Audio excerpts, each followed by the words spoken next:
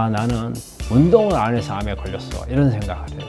운동에다가 모든 것을 걸고 운동을 해요. 그거는 오히려 독이 될 수 있어요.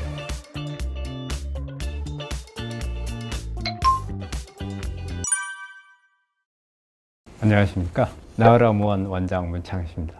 저는 통화의학을 가지고 암을 치료하고 있는 일반외과 전문의입니다. 조금이나마 여러분한테 도움이 될 수 있도록 많은 정보를 제공하고자 합니다. 우리가 일반적으로는 뭐 마늘이 최고다 뭐 이렇게 하고 여러 가지 뭐 가지도 나오고 하지만, 저는 왜 마늘을 꼽냐면 이게 면역을 높이는 검사가 있거든요. 램 검사라는 게 있는데, 이 검사를 해보면 고구마가 가장 NK 세포를 활성화를 많이 시키는 걸로 나와요. 그리고 대부분의 환자한테 높게 나와요. 그래서 고구마가 제가 볼 때는 가장 면역도 높이고 암 치료하는데 중요한 그런 음식이라고 생각하는데, 그러면 이 안에 뭐 어떤 부분들이 있어서 그러냐면, 우리가 고구마는 껍질 자체가 보라색이잖아요. 이 보라색 속에 많이 들어있는 게 안토시아닌 성분이죠. 이 안토시아닌 성분은 여러 가지 파이토케미칼로서 작용을 하죠. 그래서 암을 억제하기도 하고 줄기세포로 가는 것을 차단시키기도 하고 신생혈관도 억제시켜주는 그런 다양한 유전자 조절해주는 그런 효과가 있어요. 그리고 또 암을 괴사시킬 수 있는 강글리오사이드라는 이런 성분도 들어있고, 그리고 우리 고구마 먹으면 약간 찌꺼기 같은 게 이렇게 걸리는 게 있잖아요. 이게 이뉼린입니다. 이뉼린이 상당히 중요하거든요. 우리 이뉼린은 이거 자체가 식이섬유가 돼요. 그래서 이게 우리 몸 안에서 좋은 미생물들에 의해서 대장에서 이게 뷰티릭산이라든지 단세지방산이라는 걸로 바뀌어요. 그러면 이 단세지방산이 우리가 H작이라는 유전자, 즉 악성으로 가는 유전자들을 꺼줄 수 있는 그런 작용이 있고, 또 이런 식이섬유는 우리가 장 안에 있는 발암물질들을 제거하는 그런 효과가 있어서 암을 억제하는 그런 부분들이 있고, 또 식이섬유는 어때요? 암 환자들한테 영양 보충해주는 개념도 있어요. 그래서 이렇게 고구마는 영양에서부터 그 다음에 여러 가지 또 미네랄을 공급하는 게 있어요. 특히 우리가 암은 산성화가 잘 되거든요. 그래서 산성화가 되는데, 산성화를 억제를 하려면 알칼리성 미네랄이 많아야 돼요. 이 알칼리성 미네랄 중에서 칼륨이 많아야 되거든요. 이 칼륨이 많은 음식 중에 가장 많은 음식 중에 하나가 고구마예요. 그래서 고구마는 정말 암 환자들이 여러 가지 각도에서 조절을 해줄 수 있는 이런 면역부터 암세포를 직접적으로 죽이는, 간접적으로 장을 개선하는 효과, 발암물질을 배설시키는 효과, 산성화를 막아주는 효과, 이게 다양한 방법들이 있어요. 이게 고구마에 단점이 하나 있어요. 고구마를 익혀버리면 당도가 높아져 버려요. 그럼 암 환자들은 어떻게 해서 당도를 낮춰야 된단 말이에요. 포도당을 높이면 이게 암세포 밥이 되기 때문에 낮춰야 되는데, 이게 고구마가 달아요. 그래서 조금이라도 덜 달게 먹으려면 생으로 먹으라는 거죠. 그런데 우리가 고구마 제일 많이 먹는 방법이, 그리고 이게 좋아하는 방법이 뭐예요? 구워 먹는 거예요. 구워 먹는 것은 안 좋은 거죠. 일단은 구운 이런 부분들이, 우리가 암 환자들이 제일 주의해야 되는 게 탄 것을 먹어서는 안 된다는 거잖아요. 그래서 구워서 먹는 것은 가장 안 좋은 방법인 것 같고, 그 다음에 이렇게 쪄서 먹는 거, 그 다음이겠죠. 근데 쪄서 먹는 것은 당도가 높아져요. 그러면 생으로 먹는 게 가장 좋고, 또 그렇다고 해가지고 고구마를 너무 많이 먹는 것은 어때요? 포도당 공급이 많이 되잖아요. 그래서 너무 많이 먹는 것은 금하는 게 좋고, 그 다음에 또 고구마를 먹을 때 껍질을 벗기고 먹는 경우가 많잖아요. 정말 껍질 벗기고 먹은 것에서 고구마 큰 효과 없어요. 껍질을 많이 먹어야 되는 거죠. 그런 방법으로 하시면 될 것 같아요. 우리 이제 자연 치유를 이렇게 하고자 하는 분들이 가장 내세우는 이제 이론 중에 하나가 이제 그거죠. 수술을 하게 되면 어떤 현상들이 오느냐면요. 일단은 수술을 하고 나서 그 상처를 회복하기 위해서 면역이 떨어져요. 이게 보통 한두 달 정도는 면역이 저하가 된다고 볼 수가 있거든요. 그렇게 되면 수술 범위에서 이렇게 벗어나 있는 조그만 눈에 보이지 않는 암세포들이 클 수 있는 그런 환경이 돼버리는 거예요. 그래서 그때 빨리 크는 역할을 하게 되는 거고, 또 하나는 원발암은 주변에 있는 자손이라고 할 수 있죠. 자기 원발암에서 떨어져 나가 있는 암세포들, 이 암세포들의 성장을 억제하는 힘이 있다고 그래요. 자기 의지가 암은 한마디로 어떻게 보면 이기주의적이죠. 지만 크고 다리 주변에 있는 것은 크지 못하게 하는 억제력을 가지고 있는데 이 원바람을 수술을 해서 제거를 해버리면 그 억제력이 사라지는 거예요. 그래서 주변에서 암들이 커서 나중에 재발되고 전이가 된다. 그렇기 때문에 수술을 하지 마라 이렇게 이야기를 하는데, 근데 그렇다면 원바람을 그대로 놔뒀을 경우에는 어떡할 거예요? 가장 속도가 빠른 것은 원바람이고 등치가 크면 클수록 그 빨리 크는 속도도 빨라지거든요. 근데 그걸 놔두고 치료를 하라 하면은 사실은 그렇거든요. 이 원바람을 제거를 하려면 우리가 어떤 일상생활 하면서 할 수 있는 것도 되게 이제 환경이라고 저는 표현을 하는데, 음식이라든지 뭐 스트레스라든지 공기가 좋은 곳이라든지 이런 부분들을 가지고 해결을 해야 된다는 그런 의미가 되는 거거든요. 근데 이런 부분들은 그만큼 속도가 늦어요. 저는 이렇게 표현을 이렇게 해요. 우리가 수술이나 항암 방사선은 포크레인이라는 개념을 써요. 포크레인 가지고 찍으면 넓고 큰 것을 한꺼번에 제거를 하잖아요. 그 다음에 이렇게 이 포크레인은 큰 덩어리는 하지만 섬세하게는 못한다 그 말이에요. 남는 찌꺼기들이 남는 게 많아요. 이런 부분들을 우리가 자연치유나 통합과 뭐 면역이라든지 유전자 치료라든지 환경 개선 이런 부분들을 해야 된다고 생각을 하거든요. 그런데 가장 효과가 있는 포크레인 부분은 남겨두고 치료를 한다는 게 확률적으로 치료율이 높을 수가 없어요. 그렇다면 그럼 어떻게 해야 되겠느냐? 그 이론도 막단 말이에요. 그러면 예를 들어서 가장 중요한 것은 면역이 떨어지는 부분이에요. 수술을 하고 나서 면역이 떨어지는 부분. 그러면 면역을 높여주면 된다는 거죠. 그리고 또 어떤 유전자적으로 안 좋은 유전자들이 활동을 한다. 그럼 유전자를 억제시켜주는 거예요. 이게 통합학이에요. 이런 부분들을 같이 접목을 하면은 충분히 수술을 하고도 자연치유하고자 하는 분들이 우려했던 이런 부분들을 막을 수가 있다는 거예요. 그래서 무조건 수술을 하면 안 된다 이렇게 극단으로 가는 것은 답이 아니고, 할 건 다 하고 통합의학으로 해서 암이 이쪽 저쪽으로 빠져나가지 못하게 하는 치료가 가장 이상적인 치료가 아닌가 그렇게 생각합니다. 이제 수술을 하지 말아야 할 경우는 대개 이제 사기암이 되면은 수술을 못 하는 거예요. 왜냐하면 그 앞에 말했던 그 암의 그 이론에서 나온 거고요. 사기가 돼서 원바람을 제거를 하면은 이미 사기라는 것은 이미 다른데 전이가 됐다는 뜻이거든요. 이 전이암들이 빨리 클 수가 있어요. 그리고 또 사기가 됐을 경우에는 줄기세포암이거든요. 그리고 또 면역이 아주 떨어진 상태가 돼버려요. 그럼 면역도 떨어진 상태, 그리고 원바람이 억제할 수 있는 힘도 없어지고, 그렇기 때문에 이렇게 사기가 된 암은 수술을 못 하는 거죠. 그래서 안 하는 거고. 그 다음에 수술을 못하는 암은 백혈병 같은 경우는 수술할 수 있는 포커스가 없어요.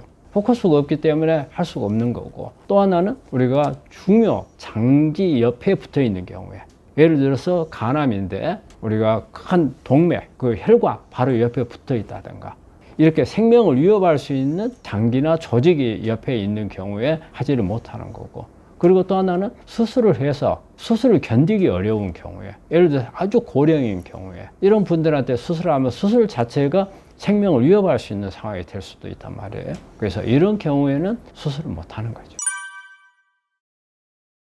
암에서 가장 중요한 미네랄은 셀레늄이라고 생각을 해요. 이 셀레늄은 어떻게 보면은 암 발생률을 우리 언급하는 데 있어서도 셀레늄을 가지고 이야기를 하거든요. 그래서 세계적으로 지역적으로 암이 많이 발생하는 나라는 대개 보면 셀레늄이 부족한 토양에 사는 나라들이에요. 그리고 암이 적은 나라들은 셀레늄이 많은 곳으로, 이게 통계적으로 그런 자료들이 많이 나오거든요. 그렇다면 셀레늄이 그만큼 중요하다는 의미잖아요. 그럼 암하고 이렇게 셀레늄하고 관계해서 어떤 그럼 셀레늄이 기능을 하느냐. 셀레늄은 첫째, 우리 면역 기능에 있어서 중요해요. 특히 갑상선을 관련을 해요. 그래서 갑상선 호르몬이라는 것은 에너지를 만들도록 하는 그런 호르몬이거든요.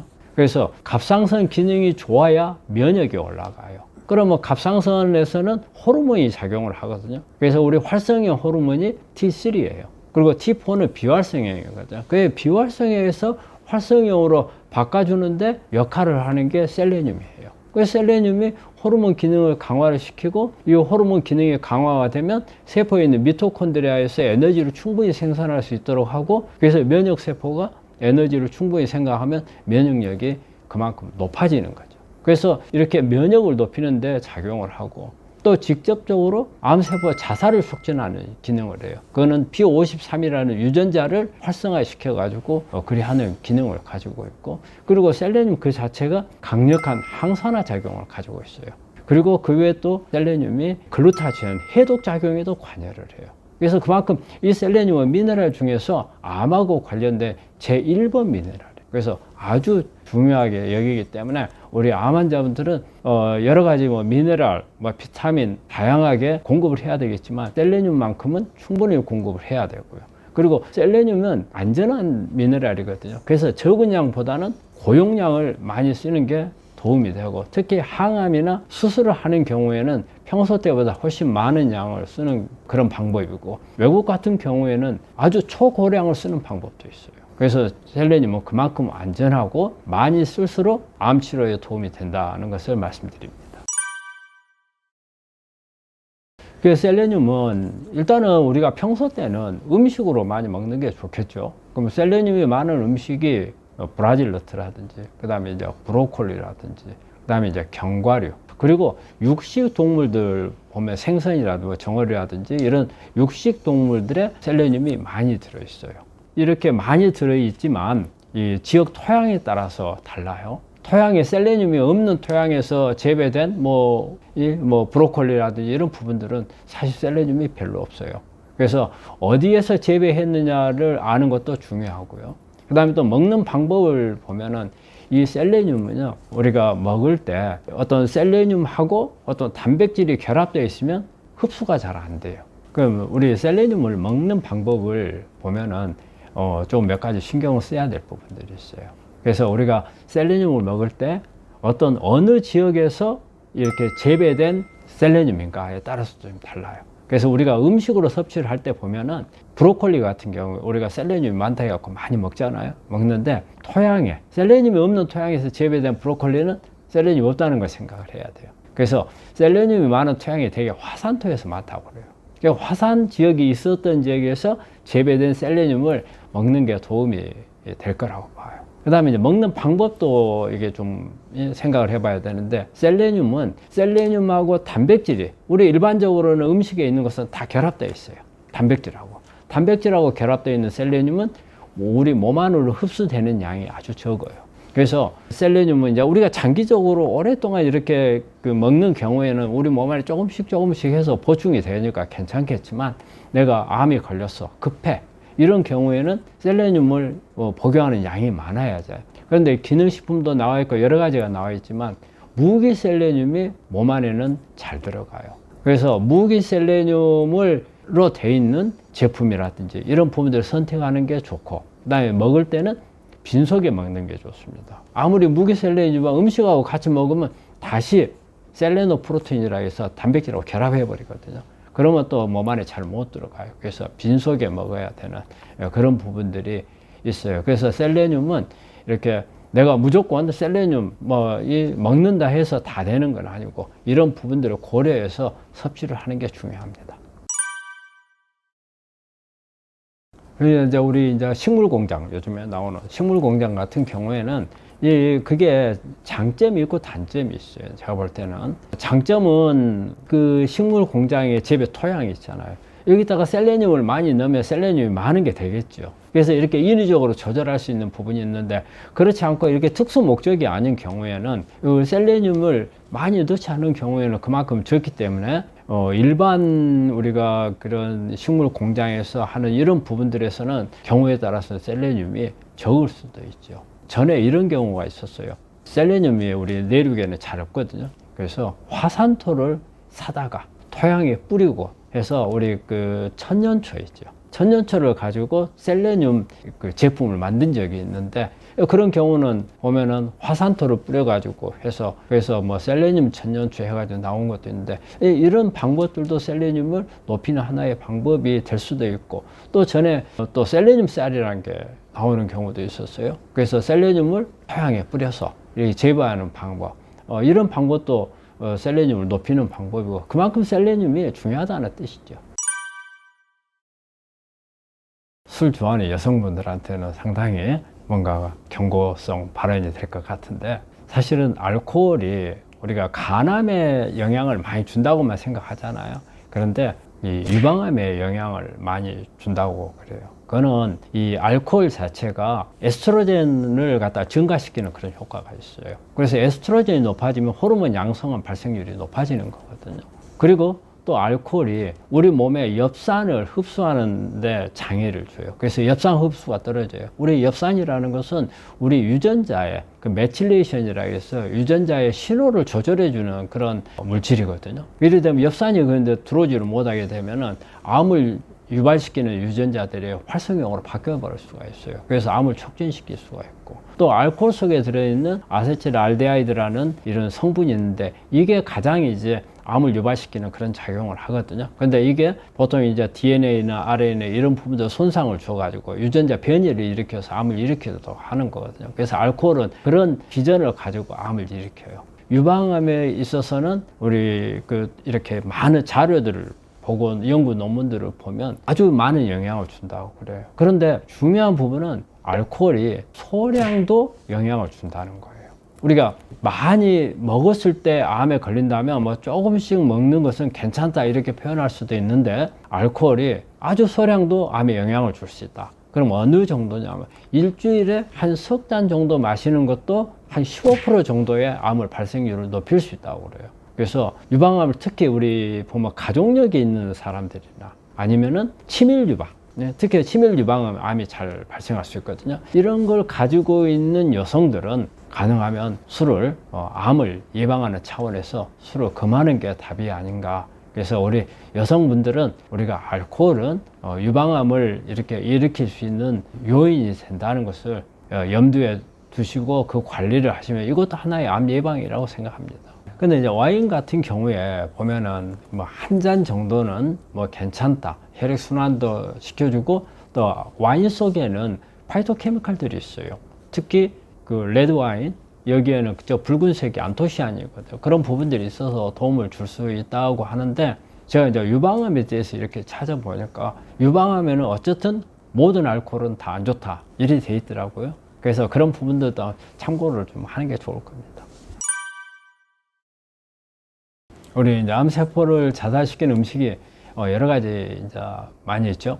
우리 한번 살펴보면 강황 속에 들어있는 컬큐민이라는 성분이 있거든요. 이런 부분들이 있고, 그 다음에 마늘 속에 알리신이라는 성분이 있고, 그 다음에 생강 속에 보면은 진저롤이라는 이런 성분들이 이제 그런 작용이 있고, 포도씨 속에 들어있는 레스베라트로, 그 다음에 녹차 속에 들어있는 이지CG, 이런 부분들이 작용을 가지고 있거든요. 그래서 이런 대개 보면 이런 식품들이 다 채식 속에 많이 들어있어요.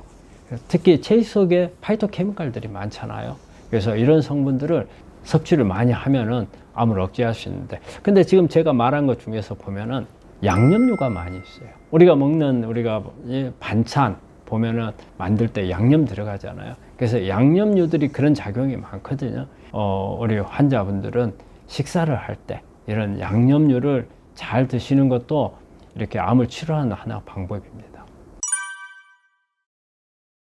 항암을 참 중단한다는 게 쉽지가 않아요. 우리 암 환자들이 특히 이제 더 이상 쓸 수 없는 약이 없는 경우에 중단하는 게 참 어려운데, 교수들도 어렵고 환자도 어려운 게 그거예요. 그런데 우리가 과감하게 항암을 중단해야 될 때가 있어요. 그 가장 큰 게 뭐예요? 항암제가 안 듣고 하고 있는데 계속 암을 크는 경우에, 그러면 그때는 어때요? 암은 안 듣는데 항암제가 정상세포는 죽인단 말이에요. 그러면은 더 컨디션은 나빠지면서 암세포는 더 빨리 클 수 있잖아요. 그럴 때는 과감하게 중단을 해야 되는 거죠. 또 중단해야 되는 경우는 이 항암제가 부작용이 너무 심해서 견디기 어려울 경우에, 오히려 항암제로 인한 암을 죽이는 것보다 환자가 이 항암제를 견딜 수 없는 경우가 있거든요. 이럴 때는 중단을 해야 되죠. 그 다음에 또 우리 이 항암제가 골수를 억제해 버리는 경우가 있거든요. 그래서 골수를 억제해서 호중구도 떨어져 버리고, 그 다음에 혈소판도 떨어지고 뭐 빈혈도 오고, 이런 상황이 너무 심해졌을 때도 중단을 해야 되는 거고, 또 하나 고려해야 될 부분이 고령인 분들이에요. 고령인 분들한테 이런 독한 항암제를 계속 써야 될 건지, 이제 이런 경우에 어떤 우리 고령인 분들이 항암을 하지 않아서 치명적으로 되는 거 하고, 오히려 항암을 하지 않아서 조금 더 삶의 질이 좋아질 수 있는 거. 그렇다면 이런 부분들을 고려를 해가지고 고령인 환자들한테 결정해야 되는 이런 부분들이 있죠. 그래서 항암은 오히려 그 암 환자들한테 도움이 될 수도 있겠지만 어떤 경우에는 우리 환자들한테 마이너스가 될 수 있는 부분이 있을 수가 있거든요. 그래서 항암제에 대한 이런 부분들은 어떤 경우에 정말 중단을 고려해야 될 이런 경우가 있는데, 그때는 과감한, 대개는 이런 상황, 내가 이런 상황이 되면 내가 중단할 거야 이런 생각을 하지만 그 결단을 내리기가 상당히 힘든 경우가 있어요. 그럴 때는 우리 의사분들하고 우리 환자분들이 교수들한테 그런 말을 잘 못해요. 우리 환자분들이 과감하게 교수하고 협의를 해서 교수의 의견이라든지 또 가족들의 의견을 가지고서 중단할 필요가 있을 때 중단하는 것도 하나의 방법이라고 생각합니다. 근데 이제 그거는 여러 가지 개념이죠. 왜냐하면 항암을 이제 중단한다는 것은 약을 바꿀 수 있는 경우 같으면은 중단이라는 말보다도 이 항암제를 그만 쓰고 다른 약으로 바꾼다 이런 개념이니까 그거는 상관이 없는데, 대개 이제 항암을 중단한다는 개념에서 생각하는 부분은 더 이상 쓸 약이 없다. 이제 이런 상황에서 이제 결단을 내려야 되는 거고, 그 다음에 어떤 부작용이 나왔는데 이 부작용을 내가 더 견뎌야 될지, 여기서 중단을 해야 될지, 내가 만약에 이것을 계속 하다가는 진짜 내가 항암보다도 내 목숨을 잃을 것 같다, 이런 상황이 판단을 해야 되는 그런 부분에서 생각을 해야 되는 거거든요. 사실은 그렇게 쉽지가 않아요. 근데 전문가들의 의견과 가족들의 의견, 그 다음에 본인이 견딜 수 있는 이런 부분들을 다 고려해서, 그 다음에 항암제가 앞으로 나한테 더 도움을 줄 수 있는가 없는가 이런 부분들 고려해서 결정을 해야 되는 거예요. 그 환자가 가지고 있는 여러 가지 부분들이 같이 그게 결부가 돼요. 어떤 환자들은 특히 종교를 가지고 있는 부분들은 대개는 보면은 조금 과감해질 수가 있어요. 왜냐하면 절대자한테 의지를 하면서 내가 어떤 내 목숨에 대해서 크게 미련을 안 가질 수 있는 그런 부분들이 있을 수 있고, 또 그런데 반대로 아주 미련이 많은 이런 분들이 있어요. 그래서 환자들한테 이렇게 그 말을 하면 쉽게 받아들이는 환자들도 있고, 그렇다면 내가 남은 생을 준비를 하고, 자, 남은 생에 나는 정말 즐겁게 아주 알찬 계획을 짜가지고 해야 되겠다, 이런 분들이 있어요. 그런데 그렇지 못한 분들이 많이 있죠. 그러면 이분들은 이제 어떻게 해야 되는 건지, 관리를 해야 되는 거지. 상당히 이 부분이 중요해요. 우리가 호스피스라는 개념이 있잖아요. 사실 우리가 호스피스로 가란 말을 참 하기 어려워요, 환자들한테. 하지만은 환자들을 위한다면 호스피스 개념을 이야기를 해야 될 때가 있어요. 왜냐하면 환자들한테 계속 자신감만 심어줘가지고 할 수 있다, 계속 안 되고 있는데 자신감만 심어준다면 이 환자가 준비할 수 있는 시간도 없어지는 거거든요. 그 다음에 환자가 마지막 남은 생을 아주 높은 삶의 질을 살 수 있도록 하는 것도 박탈시켜 버릴 수도 있거든요. 그래서 그런 부분에 있어서는 환자한테 어느 게 도움이 되는 거지, 어느 게 환자한테 가장 바람직한 건지를 판단을 해가지고 냉정하게 권유할 필요가 있다고 생각을 해요. 이제 우리 항암제라는 것은 사실 엄청나게 환자한테 부담을 주는 약이거든요. 그렇기 때문에 항암을 한번 한다 했을 때는 효과가 그 가지고 있는 효과를 극대화시키는 게 중요하단 말이에요. 그러면 여러 가지 지원을 해주는 부분들이 필요해요. 예전에는 항암제를 하나 쓰고 또 다른 것은 번갈아가며 썼는데, 요즘에는 컴바인드라고 해서 여러 가지를 병합해서 쓰는 게 많아요. 그게 중요해요. 여러 가지를 한꺼번에 써가지고서 암세포를 여러 각도에서 공격을 하자는 거예요. 그래서 컴바인드 세라피, 이 부분이 중요한 것 같고요. 그 다음에 항암을 하는 경우에 항암제에 내성이 생기거나 효과를 높이거나 하는 데 있어서 장에 관여를 많이 해요. 그래서 장 기능이 아주 좋아야 돼요. 그래서 장 기능을 높이는 그런 부분들을 해야 되고, 그리고 항생제를 가능한 쓰지를 않아야 돼요. 항생제를 많이 쓰게 되면 장내 미생물들이 다 죽어버려요. 정말로 이제 장이 엉망이 돼서, 그러게 되면은 항암제에 대한 내성이 잘 발생을 하는 거죠. 항암제에서 보완을 하려면 우리가 항암하는 동안에 면역을 어떻게 해서 높여서 같이 항암제하고 같이 공격을 해줄 수 있는 이제 그런 부분들을 같이 만들어야 되고, 그리고 또 뭐냐면 영양 상태를 좋게 만들어 줘야 돼요. 우리가 영양 상태가 나쁘게 되면 우리 장기가 견디는 힘도 떨어지고 면역도 떨어지고 그래서 다 힘들어지거든요. 그래서 영양 상태를 좋게, 특히 우리가 칼로리 있는 이런 영양제, 우리 항암을 하거나 그러면 우리 환자들 때 무조건 잘 먹으라 소리를 하거든요. 이 잘 먹어야 되는 것은 뭐냐면 균형 있는 식단을, 특히 비타민이나 미네랄이나 이런 부분들이 충분하게 공급이 될 수 있는 그런 좋은 식단들을 같이 공급해 주는 게 항암을 잘 이기고 효과를 높일 수 있는 방법입니다. 암 환자들이 중금속이 사실은 우리 몸 안에 축적되다 보면은 중금속이 면역을 떨치기도 하고 발암물질로 작용을 하기도 하고 여러 가지 기능들을 해요. 그 중에서 저는 우리가 이제 수은을 가장 우리가 몸에서 제거해야 될 중금속 제 1번을 수은으로 보고 있거든요. 근데 수은 자체는 아주 강력한 발암물질은 아니라고 그래요. 그 외에 어떤 뭐 니켈이라든지 그 다음에 알루미늄이라든지 우라늄이라든지 바륨이라든지 이런 부분들은 강력한 발암물질이거든요. 그런 건 아닌데 그러면 왜 우리가 수은을 특히 조심을 해야 된다고 생각을 하냐면 수은은 면역을 떨칠 수가 있어요. 특히 갑상선 기능을 떨쳐버려요.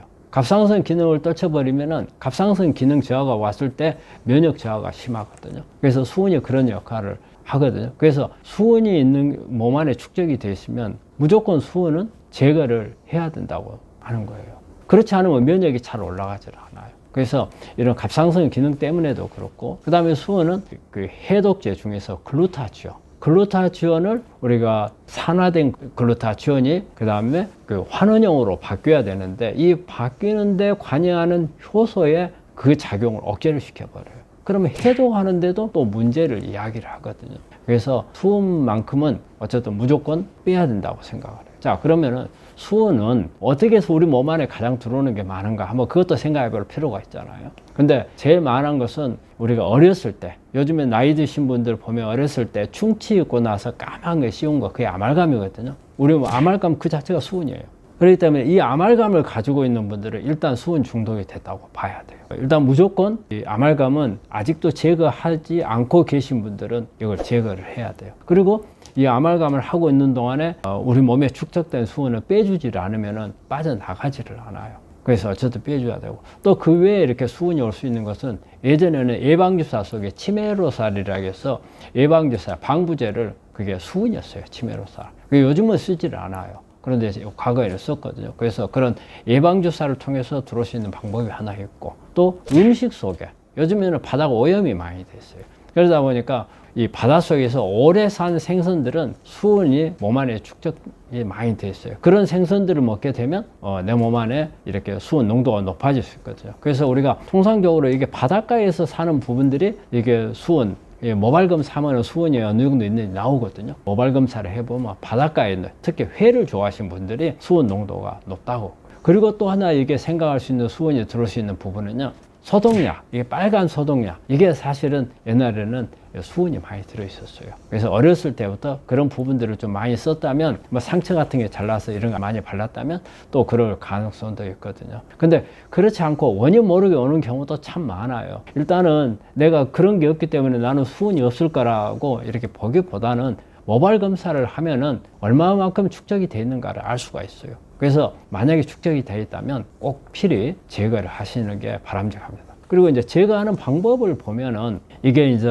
중금속 제거하는 방법이 우리가 주사제를 사용하는 킬레이션이라는 방법이 있어요. 이제 이런 방법을 이용할 수도 있고, 어떤 기능식품이 제거할 수 있는 방법이 있어요. 근데 저는 암 환자들한테는 가능한 한 이게 주사제를 이용하는 방법보다는 기능식품을 이용을 해서 빼는 것을 권해요. 근데 어쨌든 기능식품을 이용을 해서 빼내는 것은 이 속도가 늦어요. 그런데 우리가 주사제를 이용을 해서 하는 경우에는 급속도로 중금속이 빠져나오면서 이로 인해서 명현 현상이 와요. 오히려 기력이 떨어지면서 면역이 저하되어 버리는 경우가 있거든요. 우리 암 환자는 어떠한 상황에서도 면역이 떨어져서는 안 되거든요.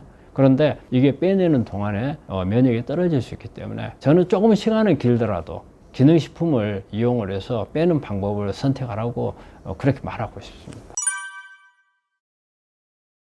이 글루타민이 요즘에 MSG 때문에 상당히 논란이 된 부분이잖아요. 그래서 이게 MSG가 사실은 우리 그 인체에 영향을 줄 수 있을 만큼의 어떤 큰 문제 되는 건 아니다 이렇게 나와 있거든요. 근데 이제 그 글루타민은 논란이 될 수 있는 부분이, 원래 우리 암세포는 암세포가 에너지로 쓰기 위하고 그다음에 암세포가 성장하기 위한 단백질을 만드는 데 있어서 가장 중요한 게 포도당하고 글루타메이트라는 성분이에요. 이게 글루타메이트는 글루타민이 공급하는 그런 거거든요. 그래서 이 두 가지가 암을 성장하는 데 가장 중요해요. 그렇기 때문에 포도당 우리가 먹지 마라 줄이잖아요. 근데 이제 글루타민에 대해서는 그러면 어떻게 할 것인가? 글루타민이 우리가 아주 그 중요한 기능들이 있어요. 뭐냐면 글루타민은 우리가 장이 나쁜 사람들, 장 세포를 보호하기 위해서 먹는 것 중에서 가장 중요한 게 글루타민이에요. 그리고 우리가 먹는 음식 중에서 글루타민이, 단백질 중에 글루타민 성분이 제일 많아요. 그래서 글루타민이 또 장 기능도 개선을 하고 면역세포 기능도 하고 또 여러 가지 가바라든지 신경 호르몬을 만드는 재료로도 쓰고, 그래서 우리 몸의 건강에 아주 중요한 부분이에요. 또 암 환자한테 중요한 부분이 면역을 높여주는, 특히 T셀 같은 기능을 하는 데 있어서 이 글루타민이 큰 역할을 하는 걸로 돼 있어요. 그런데 이론적으로 볼 때 이 글루타민은 암세포가 성장을 하기 위한 글루타메이트를 공급해주는 그 역할을 한다는 거예요. 그리고 또 이 글루타메이트는 약간 흥분성이 있어요. 그래서 신경 독성으로 작용을 하거든요. 그래서 신경세포하고 관련된 지역에 독성으로 작용을 해서 여기에 암이 발생을 할 수 있다고 그래요. 그래서 특히 뭐냐면 뇌암이나 그 다음에 췌장암 그리고 유방암 이런 데는 글루타민이 영향을 줄 수 있다, 이렇게 그 논문들이 나와 있거든요. 또 어떤 한편으로는 글루타민이 그런 암을 악화시키는 작용보다는 면역을 높여서 암을 치료하는 데 도움이 된다, 이렇게 나와 있는 것도 있어요. 그래서 아직까지는 이 부분이 논쟁이 돼 있는 부분이에요. 그래서 저는 이 어느 한쪽에 치우치는 이 부분을 가지고 또 글루타민이 면역을 올리기가 좋다 해가지고 글루타민을 막 너무 많이, 이게 글루타민이 우리가 MSG 말고요, 우리 글루타민이라고 따로 단백질로 해서 나온 제품들이 있어요. 이런 부분들을 너무 많이 먹는 거는 조금 고려해야 되지 않는가, 그런 생각을 해요. 그래서 암을 억제할 수 있는 면역을 높이는 기능도 있어서 그쪽으로 포커스를 맞춘다면 먹는 게 좋겠죠. 하지만 기전상으로 볼 때는 이렇게 오히려 암을 성장시킬 수 있는 데서도 역할을 할 수 있다 하기 때문에 아직까지 완벽하게 결론이 난 부분은 아니기 때문에 면역을 높이는 데서 조금씩 먹는 거, 그 다음에 장이 나쁜 사람들의 장을 좋게 하기 위해서 먹는 거, 이런 부분들에 도움이 될 수도 있지만 너무 많이 먹는 것은 제가 생각하기에는 크게 바람직하지 않다고 생각을 합니다. 우리 항암을 하고 있는 동안에 우리 이제 가능한 한 그 어떤 것도 이제 하지 마라 하잖아요. 그래서 항암제 위에는 투여를 못하게 하는데, 그건 이제 그 이후에는 항암제의 작용을 방해할 수도 있고, 또 항암제가 독하잖아요. 어떤 간에 부담이 될 수도 있는데 또 다른 것을 넣어가지고 간을 괴롭힐 수도 있고, 이제 이런 부분 때문에 하지 말라고 하는 경우가 있는데, 해서는 안 될 경우가 있고 해도 되는 경우들이 있어요. 그래서 우리가 기능식품 중에 보면은 특히 비타민C 같은 경우는 우리가 항암을 하고 있는 동안에 항암 약효의 영향을 줄 수가 있기 때문에, 저는 비타민C를 치료하는 선생님마다 이론은 약간씩 다르지만 저는 가능한 한 항암 효과가 떨어지고 난 후에 비타민C 같은 것을 쓰라고 하기도 하고, 그 외에 여러 가지 또 우리 비타민 토코페롤 같은 경우는 출혈성도 있거든요. 그래서 이제 이런 부분들을 항암을 하는 동안에 혈소판이 많이 떨어진다든가 이럴 경우에는 조금 중단을 하도록 하고, 오메가3 같은 경우도 그래요. 오메가3 같은 경우도 혈소판이 떨어지게 되면 출혈성 경향이 될 수가 있거든요. 그래서 이제 이런 부분들을 배제를 하고, 그런데 우리가 여러 가지 몇 가지 우리가 뭐 아주 개수가 많으면은 그런 부담이 주겠죠. 그런데 뭐 한 두세 가지 쓴다든가 이런 경우에 있어서는 환자들한테 간에 영향을 안 주고 항암에 영향을 안 준다면 저는 사용할 수 있다고 그렇게 생각합니다. 아연이 여러 가지 역할을 하죠. 그래서 보면은 뭐 애들 성장하는 데도 영향을 주고, 또 요즘에는 대학이나 이런 데서도 수술하기 전에 아연을 갖다가 투여를 해주면은 그만큼 감염이 잘 안 된다고 그래요. 그래서 아연을 많이 쓰는데, 그럼 아연은 어떤 역할을 하느냐? 사실 아연은 우리 면역세포 있잖아요. 세포 안에 면역세포가 가서 뭐 암세포나 뭐 세균들을 가서 그냥 잡아먹어서 죽이는 그게 아니거든요. 우리 면역세포가 암세포하고 이렇게 접촉을 하면 이게 면역세포 안에 있는 효소들을 이 암세포 안에 집어넣는 거예요. 그래서 암세포를 죽이는 거거든요. 그러면 이게 어떤 거냐면 그 효소들이에요. 그래서 면역세포가 가지고 있는 효소, 즉 우리가 무기를 따진다면 총이 면역세포고 안에 있는 총알이 있잖아요. 총알이 그런 역할을 하는데, 이 총알이 그냥 면역세포 안에 있을 때는 비활성형이에요. 기능을 못해요. 그런데 아연이 촉매로 들어가면은 활성형이 돼요. 이제 무기가 되는 거예요. 총알이 되는 거예요. 그런데 그러기 전까지는 총알 역할을 못해요. 그래서 아연이 그 면역세포의 효소는 거의 관여를 해요. 그래서 아연이 관여하는 효소가 한 300가지 된다고 그래요. 그래서 아연은 이제 그런 면역세포의 어떤 활성화시키는 그런 기능도 있고, 또 하나는 우리가 DNA랑 RNA 있잖아요. RNA에 아연이 들어가서 하는 역할들이 많아요. 그래서 DNA, RNA를 생성하는 데도 역할을 하고, 그리고 또 변이되는 유전자를 조절하는 이런 기능도 하기 때문에 아연은 아주 중요한 그런 역할을 하고요. 그리고 또 하나는 우리가 아연은 우리 항암을 하거나 하면 미각이 상실되는 경우가 많거든요. 그래서 아연은 그 미각을 다시 회복시켜주는 그런 기능도 하거든요. 그래서 여러 가지 암 치료하는 데도 중요하고 환자 관리하는 데도 있어서 아연은 중요한 미네랄이라고 생각합니다. 아연은 또 뭐냐면 단독으로 몸 안에 잘 못 들어가요. 그래서 아연을 먹을 때는 음식하고 같이 먹는 게 중요해요. 그리고 아연이 그러면 많이 들어있는 이런 음식은 제일 많은 게 우리가 이제 굴, 견과류에도 많이 들어있어요. 견과류. 그리고 또 육류에 많이 들어있어요. 그러니까 육류 중에서는 그래서 가능하면 생선류로 먹으면 아연을 보충할 수가 있거든요. 근데 또 큰 생선을 먹게 되면 여러 가지 다른 중금속들이 우리 몸 안에 들어올 수 있기 때문에 사이즈가 조금 3cm 이하, 뭐 꽁치, 뭐 고등어, 조기, 뭐 이런 부분들을 하면은 아연 섭취가 많이 될 수가 있죠. 암 환자 그럴 수밖에 없잖아요. 제일 큰 게 어때요? 제일 암이라는 진단을 받았잖아요. 암이라는 진단을 받았는데 암이라는 게 어때요? 그냥 간단하게 나은 병이 아니고 어떻게 보면은 내 목숨을 위협할 수도 있다는 그런 병의 진단을 받았으니까 이런 생각이 계속 본인을 압박을 하는 거죠. 압박을 해서 이게 잠을 자지 못하는 요인으로 작용을 하고요.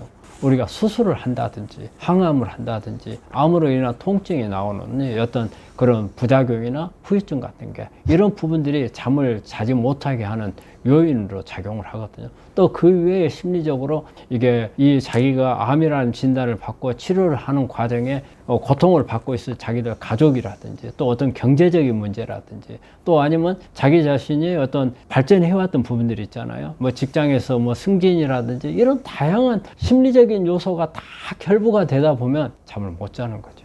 그래서 이 불면증을 해결하는 게 상당히 중요한 부분이에요. 해결하는 부분은 그렇죠. 그러면 이제 불면증이 우리 암에 어떤 영향을 주는가? 일단은 우리 그 잠을 자게 되면은 낮에 눈을 뜨고 있을 때는 스테로이드, 각성 호르몬이 나와서 활동을 하고 저녁에 눈을 감고 자면은 멜라토닌이라는 성분이 나와가지고 잠을 유지시켜 주는 거예요. 근데 이 멜라토닌이 잠을 자야 나와요. 그리고 이 멜라토닌은 항암 작용을 가지고 있어요. 그래서 우리가 잘 자면 항암 작용을 가지고 있고 또 우리가 잠을 못 자면 어때요? 엄청 스트레스가 쌓여요. 그래서 잠을 자는 동안에는 교감신경, 스트레스를 일으키는 교감신경은 내려가고 우리 몸을 편안하게 해주는 부교감신경이 올라가요. 부교감신경이 올라가야 스트레스가 줄어들고 면역이 상승을 하게 되는 거예요. 그래서 잠을 자게 되면은 일단은 멜라토닌, 그 다음에 부교감신경 향상, 이 두 가지 부분이 중요하거든요. 그래서 이런 부분들을 해결해야 되기 때문에 어떻게 해서든지 불면증은 해결을 해줘야 돼요. 그러면 이게 해결해 주는 방법은 가장 좋은 방법은 저는 심리적인 부분을 해결해 줘야 한다는 거예요. 걱정거리를 없애줘야 돼요. 그래서 걱정거리를 없애주는 것은 본인 노력만 가지고는 안 돼요. 주변에 있는 가족들도 같이 도와주고 또 의료진도 도와주고 어떤 사회적으로 이렇게 그런 부분들을 만들 수 있는 이런 부분도 만들어진다면 좋겠죠. 그래서 어떤 심리적인 부분을 개선해 줄 수 있는 부분이 돼야 되고, 그리고는 어때요? 우리가 저녁에 잠을 못 자면은 되게 우리 환자들이 낮에 졸고 또 침대에 들어가서 저녁에 잠을 못 잤으니까 낮에 그래도 잠을 자려고 막 잠을 청하고 그러거든. 그러다가 낮에 잠깐 자면 저녁에 또 잠을 못 자는 거예요. 그게 악순환이 돼요. 그래서 우리 암 환자들한테는 어떤 신체적으로 잠을 할 수 있는 부분들은 첫째 운동을 좀 많이 하라는 거예요. 운동을 해서 몸을 지치게 만드는 게 저녁에 잘 수 있는 요인이고, 그 다음에 낮에 절대 침대에 들어가지 마. 아무리 졸립고 하더라도 침대에 눕지 말라는 거예요. 그리고 저녁에 침대에 눕더라도 잠이 올 때 누우라. 잠이 오지도 않는데 잠을 청해보려고 눕는 것은 그거는 좋은 방법이 아니에요. 오히려 잠을 못 자는 요인이 되고, 그리고 또 잠이 오는 것 같아서 누웠는데 잠이 안 오잖아요. 그럴 때는 그냥 일어나라는 거예요. 계속 올 때까지 버티지 말고 일어나고, 그리고 음식 같은 걸 먹을 때 조금 신선한 야채라든지 이런 부분들을 먹게 되면 내 마음이 이완이 되고 부교감 신경이 항진이 되면 잠이 올 수가 있거든요. 그런 부분들을 해서 관리를 하는 게 가장 좋고, 그런데 그런 방법들을 다 동원해도 안 된다. 그럴 때는 이제는 어떤 그 약물이라든지 또 잠을 청하는 데 도움이 되는 기능식품 이런 부분들을 동원을 해야죠. 이때는. 그럴 때는 되게 가장 좋은 방법은 멜라토닌이 제대로 나와 있는 것들이 있어요. 약으로도 나와 있고 기능식품으로도 나와 있거든요. 이런 부분들을 복용하는 게 좋고, 그래도 잘 안 된다 했을 경우에는 우리가 요즘에 수면 유도제, 잠을 들 수 있도록 해주는 약이 수면제가 아닙니다. 잠을 잘 수 있도록 해주는 그런 약제들이 있거든요. 그래서 그런 약제들을 단기간에 이용을 해서 도움을 받는 것도 하나의 방법입니다. 심리적인 부분들을 해결해 주는 게 내 머릿속에서 갈등이 되어 있는 부분들을 해결해 주는 거거든요. 그래서 그런 부분들은 너무 심하면 신경과 선생님들하고 해서 그런 약제들을 같이 사용해 보기도 하고, 그 다음에 심리적으로 이렇게 갈등이 되어 있거나 맺혀 있는 이런 부분들을 풀어서 그 원인 요소를 제거하는 이런 방법을 이용하는 것도 좋은 방법이죠. 저는 이제 2개월을 넘기지 말고 그 안에 어떤 뭐 수술을 하든지 항암을 하든지 그 다음에 뭔가 치료를 시작을 해야 한다는 거죠. 되게 왜냐하면 암을 진단을 받았다는 것은, 암은 최종 진단이 조직검사거든요. 조직검사는 어쨌든 암을 건드는 거랑 마찬가지예요. 그렇기 때문에 암이 자극을 받아서 조직검사 자리를 통해서 성장할 수도 있는 그런 요인이 되거든요. 그렇기 때문에 이게 어떤 암에 영향을 많이 주기 전에 빨리 이런 취약한 부분들을 해결해 줄 수 있는 게 필요하다는 거죠. 그런데 이 부분을 그냥 넘겨버렸을 때는 잘못하면은 저 종종 그런 경우를 봐요. 특히 우리 이제 3중음성 유방암에 있는 분들이 이렇게 타임을 놓쳐서, 실제 처음 진단 받았을 때는 그렇게 크지 않았는데 계속 뭐 병원을 여러 군데 찾는다든지 뭐 치료 방법 때문에 주치의하고서 서로 간에 소통이 안 돼 가지고서 타임을 이제 놓쳐버리는 경우가 있어요. 그런데 실제 시작을 하고 보니까 다른 데 전이가 돼버렸거나 너무 사이즈가 커가지고 수술할 수 없는 경우가 되거나 이런 경우를 종종 본 적이 있거든요. 그래서 제가 이거는 2달이라는 기간을 딱 못을 박아서 하는 게 아니고, 그만큼 진단을 받았으면 다음 치료까지 가능한 한 빨리 치료를 시작해라, 그런 의미에서 말하는 겁니다. 우리 암 환자분들이 암에 걸렸을 때 평소에 운동을 안 했던 사람들은 나는 운동을 안 해서 암에 걸렸어, 이런 생각을 해요. 그래서 그 다음부터는 운동에다가 모든 것을 걸고 운동을 해요. 운동만 하면 이제 다시 좋아질 거다. 그런데 참 우리 환자분들의 이런 면이 있어요. 와가지고 내가 이 암에 걸렸는데 그래서 한 달 전부터 운동을 시작했는데 암이 좀 좋아졌을까요? 이런 말을 하는데, 운동이라는 것은 기초예요. 기초고, 하루아침에 운동을 한다고 해서 암이 좋아지고 할 수는 없어요. 그거는 꾸준히 우리가 공부에 있어서 기초가 중요하듯이 기초를 다져놓는 거예요. 그 기초 위에서 급한 분들을 치료를 하는 거예요. 급한 부분들을 치료하는 거거든요. 그래서 운동은 기초거든요. 기초라는 것은 평소 때 해서 하는 거예요. 그런데 우리 환자분들이 이 운동을 안 해서 암에 걸렸다 한다면 그 다음부터는 뭐냐면요, 막 운동에다 모든 걸 다 쏟아요. 그거는 오히려 독이 될 수 있어요. 그래서 이렇게 한번 생각을 해봐요. 우리가 암세포가 어느 때 가장 성장을 잘하는가? 암세포는 산소가 부족할 때 성장을 잘해요.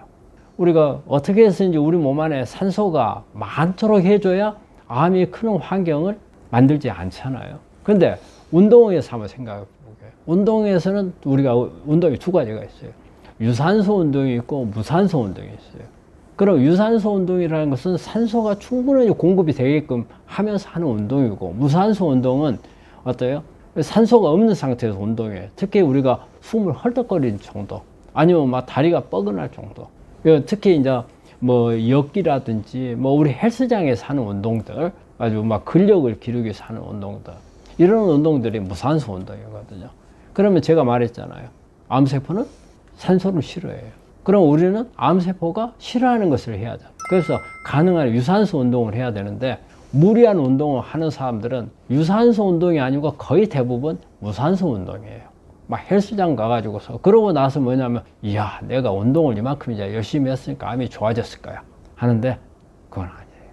그런 운동을 하면 할수록 내 암은 더 나빠질 수 있다는 걸 생각해야 돼요. 운동이라고 하는 것은 항상 기초예요. 평소 때 해야 되는 거예요. 너무 과하게 해서는 안 되고 너무 적게 해서 안 된다는 거예요. 그래서 보통은 운동은 유산소 운동이 근본이에요. 그래서 유산소 운동을 하루에 한 50분 정도, 그리고 5 내지 10분 정도를, 암 환자들이 수술을 받고 항암하고 잘 못 일어나니까 근육이 빠져요. 근육이 빠지게 되면 그만큼 우리가 먹는 음식 중에서 내가 먹는 것보다는 암세포가 먹는 게 많아져요. 우리 몸에서 가장 많이 우리 먹는 에너지 소화하는 게 근육이거든요. 근데 근육이 빠져버리면은 에너지 가져갈 게 줄어들잖아요. 그러면 줄어든 에너지를 누가 가져가요? 바로 암세포가 가져간단 말이에요. 그래서 근육은 또 길러야 돼. 그 근육을 길러면 무산소 운동이 안 되면 근육을 못 길러요.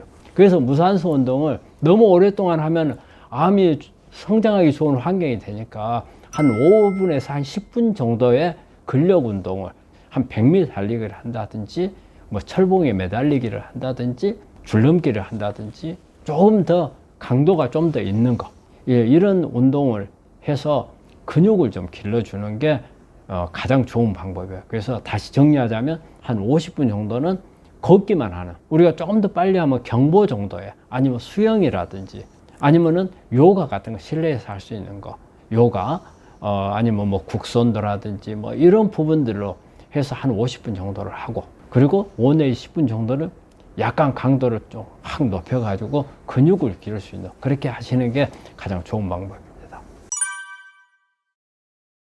우리가 이제 암 환자들이 검사를 하는 것은, 우리가 대학에서는 일반적으로 수술이나 항암 방사선을 하기 위한 그 환자의 컨디션을 보기 위한 검사밖에 하지는 않아요. 그러면 이제 대학에서 하는 것 외에 환자들을 파악을 할 수 있는, 그 다음에 어떤 환자의 그 여러 가지 치료를 하기 위한 이런 검사들이 있거든요. 그래서 몇 가지를 이렇게 보자면은 면역 검사가 있어요.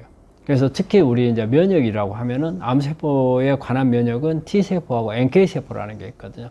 이 두 가지 세포가 암하고 싸우는 세포예요. 그러면 이 암세포들이, 암세포에 대한 공격을 하기 위한 면역세포들이 어떤 상태인가 보면은, 특히 이제 T세포라든지 NK세포가 어떤 병력 숫자는 많은가, 또 각각의 면역세포들이 싸울 수 있는 힘을 충분히 가지고 있는가, 또 면역세포가 암세포를 공격을 하는 데 있어서 확실하게 공격을 하는지, 아니면 공격하러 갔다가 꼬리 내리고 그 공격을 안 하고 오히려 암세포를 도와줘 버리는 경우도 있거든요.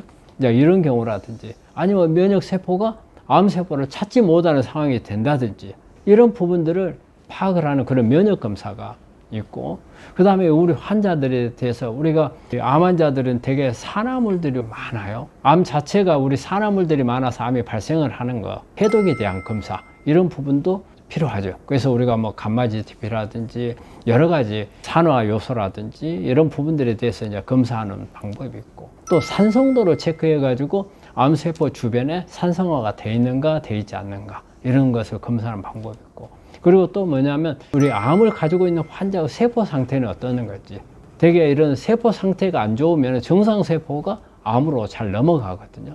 그 다음에 이 세포 상태가 많이 안 좋으면 예후도 안 좋아요.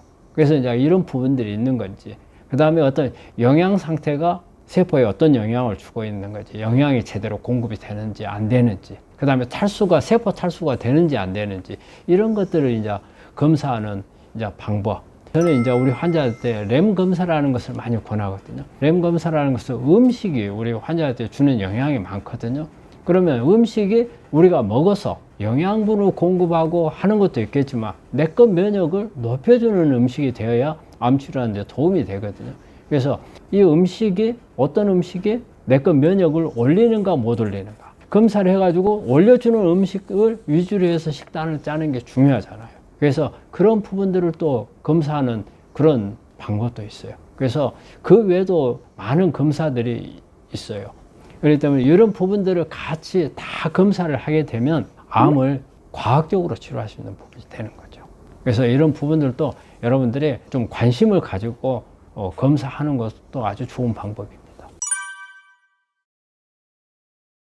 첫째, 면역 검사에 철저히 좀 하라는 거. 면역은 간단하지 않습니다. 우리가 일반적으로 병원에서 NK세포 활성도 검사밖에 안 하는데요. 이 NK세포 활성도 검사만이 면역이 다가 아니거든요. 그래서 이 면역에 대해서 좀 세부적인 검사를 하는 것을 바라고요. 그리고 조직 검사에서 나오는 유전자 분석을 좀 철저히 좀 하면은 이 암에 대한 앞으로 치료가 잘 되겠다 안 되겠다, 예후가 어떻게 되겠다, 그 다음에 또 다른 어떤 치료 방법이 뭐가 있는가, 이런 방법들도 찾을 수가 있고요. 그리고 또 하나는요, 산성도를 체크하는 것을 저는 아주 중요시해요. 우리 몸의 산성도, 암 환자는 산성화가 되기 때문에 산성화가 되어 있으면 일단 치료는 잘 안 된다고 봐야 돼요. 그래서 어떻게 해서 이제 산성화를 해결해야 되거든요. 그럼 제일 먼저 뭘 해야 돼요? 내 몸이 산성화 되는가 안 되는가, 그걸 체크를 해야죠. 그래서 그거를 저는 제일 중요시해요.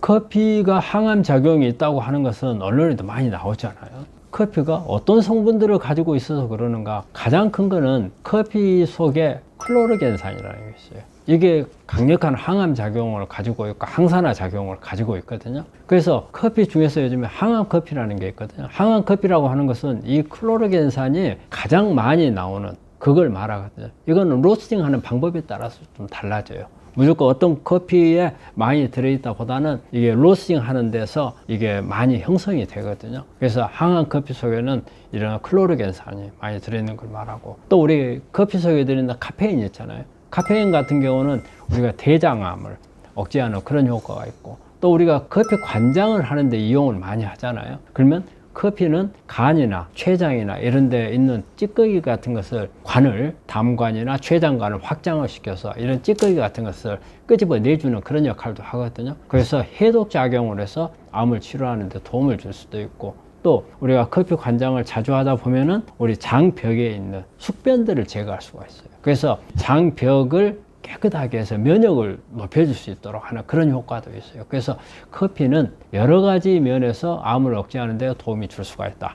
대신 이런 게 있어요. 너무 커피 관장을 또 너무 자주 하는 거, 이거는 아니라고 봐요. 그래서 적당하게, 우리 언론 같은 데 이런 데 나온 거 보면 하루에 한 6잔에서 8잔 정도로 이야기를 하고 있잖아요. 그래서 많이 소화가 잘 되고 어떤 커피로 인한 카페인으로 인한 이런 어떤 가슴이 벌떡벌떡 한다든지 잠을 못 잔다든지 이런 게 나온 게 아니라면 그 정도 근접하게끔 마시는 것도 도움이 되리라고 생각을 하고, 또 그렇지만 너무 많이 마셨을 때는 위장장애도 올 수 있잖아요. 그래서 너무 또 그렇다 해서 커피를 너무 많이 마시는 것은 아닌 것 같고, 한 6잔 이내에 마시는 거, 조금 연하게 해서, 너무 진하게 한 커피 말고요, 약간 연하게 해서 그렇게 마시는 거. 또 특히 커피를 좋아하는 분들은 항암 커피를 한번 찾아가지고 먹어보는 것도 괜찮다고 생각합니다.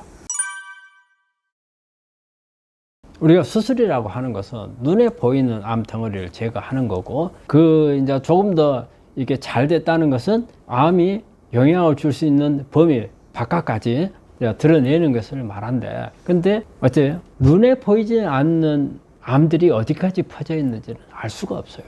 일기를 하더라도 그래요. 조기암에 우리가 보통 일기, 조기암 말하죠. 그래서 사이즈로 보면 한 1cm 정도의 암이에요. 근데 이런 경우에도 논문이라든지 자료들을 살펴보면은 50%에서 이미 뿌려졌다는 거예요. 다른데 눈에 보이지 않는 씨앗이 주변으로 퍼져 있다는 거거든요. 그러면은 이런 경우에 수술을 잘했어요. 잘했지만 이런 부분들이 내과 면역이 아주 나쁘다든지, 그 다음에 이게 성질이 고약하다든지, 이런 경우에는 다시 재발을 할 수 있고 전이가 될 수 있는 그런 상황이 되는 거죠. 그래서 수술만 잘 됐다 해가지고 모든 게 다 좋을 거다, 그거는 아니라는 거죠. 그래서 우리가 수술을 아무리 잘했지만 항암도 하고 방사선도 하고 여러 가지 면역 치료도 하고 유전자도 하고 하는 그런 부분들이 뭐예요? 수술만 가지고 100%는 아니라는 거죠. 전이가 잘 되는 암은, 일단은 우리가 이제 전이가 잘 되는 암이 뭐냐면 애우가 안 좋은 암들을 말하는 거예요. 이게 원발암 가지고서 사실 환자가 위태로워지는 것은 그것보다는 대개 재발했거나 전이암 때 이제 그런 현상을 주로 이제 일으키는 거잖아요. 그렇기 때문에 그 암 중에서 애우가 나쁜 암, 이제 대개 보면은 폐암이라든지 간암, 그리고 이제 뇌암, 특히 이제 뭐 삼중음성 유방암이라든지 이런 암들이 이제 잘 전이를 일으키고 이제 그런 암들이 되는 거죠. 그런데 이런 경우 있어요. 이걸 잘 생각해야 돼요. 저는 그런 암들은 처음부터 이게 애우가 안 좋은 암을 알기 때문에 그런 부분이 잘 될 거라고 생각을 해요. 그런데 방치하는 암. 왜냐하면 이게 우리 환자들이 의외로 그런 분들이 있어요. 검사 진단을 받았어. 근데 누군가가 이거 수술하면 안 된다더라, 항암하면 안 된다더라, 방사선하면 안 된다더라, 다른 방법을 해야 된다, 이러다가 타임을 놓치는 경우, 그럼 이런 경우에 재발 전이를 스스로 재발 전이가 잘 되는 암으로 만들어 버리는 거죠. 그걸 했더라면 좋아질 수 있는 부분인데 이런 경우는 참 안타까운 암들이 되는 거예요. 그래서 그런 부분들이 아마 재발 전이가 잘 되는 암이 아닐까 그렇게 생각합니다. 이 판단이 보면은 참 어려운 건데, 그리고 환자가 가지고 있는 그 사람의 성격, 그 다음에 가지고 있는 가족적인 분위기도 다 영향을 준다고 봐요. 예를 들어서 3개월밖에 안 남았다. 그러면 내가 남은 생을 알차게 보내야지 해서 삶의 질 쪽으로 가는 이런 환자들이 있고, 또 반면에 3개월이라는 것을 진단을 받았을 때 아니야, 나는 뭔가 더 해볼 수 있는 방법을 찾을 거야. 그래가지고 온갖 방법을 찾는 사람들이 있어서 그러다가 오히려 타임을 놓쳐서 어떤 내가 정리할 수 있는 것도 정리하지 못하고 위험해져 버리는 경우도 있는데, 그거는 어떤 객관적으로 이렇게 결론을 내릴 수 있는 부분이 아닌 것 같아요. 이거는 각자 그 사람이 가지고 있는 마인드가 중요한 거고, 그래서 어떻게 보면은 가장 이상적인 것을 보자면 내가 더 이상 가망이 없다 한데 어떤 것을 하더라도 여러 자문을 해서 그런 부분이 아니다 한다면 삶의 질 쪽으로, 완화치료 쪽으로 이렇게 가는 게 도움이 될 수도 있다고 생각을 해요. 하지만 뭔가가 새로운 방법이 있는데 해보지도 않고 하는 것은 그건 또 아니라고 생각을 해요. 그래서 더 이상 방법이 있나 없나가 중요한 것 같아요. 더 이상 방법이 없다면은 완화치료로 가는 게 맞죠. 그런데 뭔가가 새로운 도전을 해볼 수 있는 게 있다면 해보는데, 되게 3개월밖에 안 남았다고 선고를 받는다면 교수가 그런 말을 할 때는 더 이상 할 수 있는 게 없다는 의미를 많이 내포하기 때문에 그런 점을 많이 참고를 해야 된다고 보죠. 사실 이제 그런 마음이 약해진 사람들을 이용을 해서 뭔가 상수를 하는데 참 그게 안타까운 일이죠. 그런데 우리 그거는 그 사람들을 탓도 해야 되겠지만 거기에 빠져드는 본인이 중요하거든요. 근데 이게 마음이 약해져 있기 때문에, 그래서 이런 경우에는 본인이 결론을 내는 것보다는 주변의 도움을 많이 받는 게 중요해요. 그럼 뭐 교수한테도 도움을 받아야 되겠고, 그 다음에 간호해주는 가족들, 그 다음에 친지들, 그리고 친지들이나 이런 사람들 중에서 뭔가 암에 관련한 부분들을 하는 사람들이에요. 그래서 암에 조금 더 아는 사람들, 이런 사람들을 통해서 자문을 받다 보면은 내가 지금 너무 마음이 급해가지고 뭐 물불 안 가리고 해봤을 때 뭔가가 나를 이렇게 객관적으로 생각할 수 있게끔 유도해 줄 수 있는 부분이 필요하거든요. 그래서 그런 생각이 들더라도 한 번 정도는 주변에다가 자문을 구하는 것을 권하도록, 또 그리고 가족들이 옆에서 아니라고 생각한다면 설득을 해야 되는 거죠. 그러려면 객관적인 증거를 제시하고 해야 돼요. 그래서 그런 주변에서 더 지원을 해주는 게 아주 중요한 거 아닌가, 그 면에서는 그렇게 생각을 하죠. 여러분들 항상 암에 대해서 걱정을 하고 치료를 하기 위해서 전념을 하고 계시는데, 암은 요즘에는 그래요. 암은 아주 극단적인 죽음을 연상하는 불치의병, 이런 부분은 아니에요. 이번에도 그 통계 자료가 발표가 됐잖아요.